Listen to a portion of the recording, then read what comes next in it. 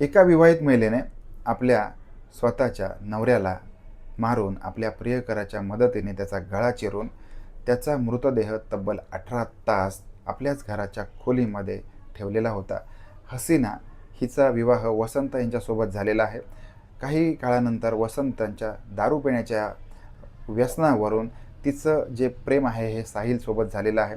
आता साहिल आणि हसीना यांच्यामध्ये वसंत येत होता, त्याचा काटा यांना काढायचा होता. त्याच्यामुळे 5 ऑगस्ट या दिवशी त्यांनी वसंतसोबत भांडण काढलेलं आहे आणि भांडण होऊन त्यांनी वसंतचा गळा चिरलेला होता आणि मग त्याचा मृतदेह नाशिकपासून कसारा भागामध्ये नेऊन फेकून दिलेला आहे. हसीना पोलिसांकडे गेलेली आहे. पोलिसांना ती म्हणते की माझा नवरा गायब झालेला आहे. पोलिसांच्या तपासाची सोयी किंवा संशयाची सोयी हसीनाकडे वळलेली आहे. हसीनाला पोलिसांनी ताब्यात घेतलेलं आहे. तिच्याकडे चौकशी केल्यानंतर आपण आपल्या नवऱ्याला मारून कसारा घाटामध्ये फेकून दिलेला आहे अशा स्वरूपाचा जबाब तिने पोलिसांना दिलेला आहे. या संपूर्ण प्रकरणामध्ये अधिक तपास सुरू आहे. पण मात्र अखंड सावध राहूया. धन्यवाद.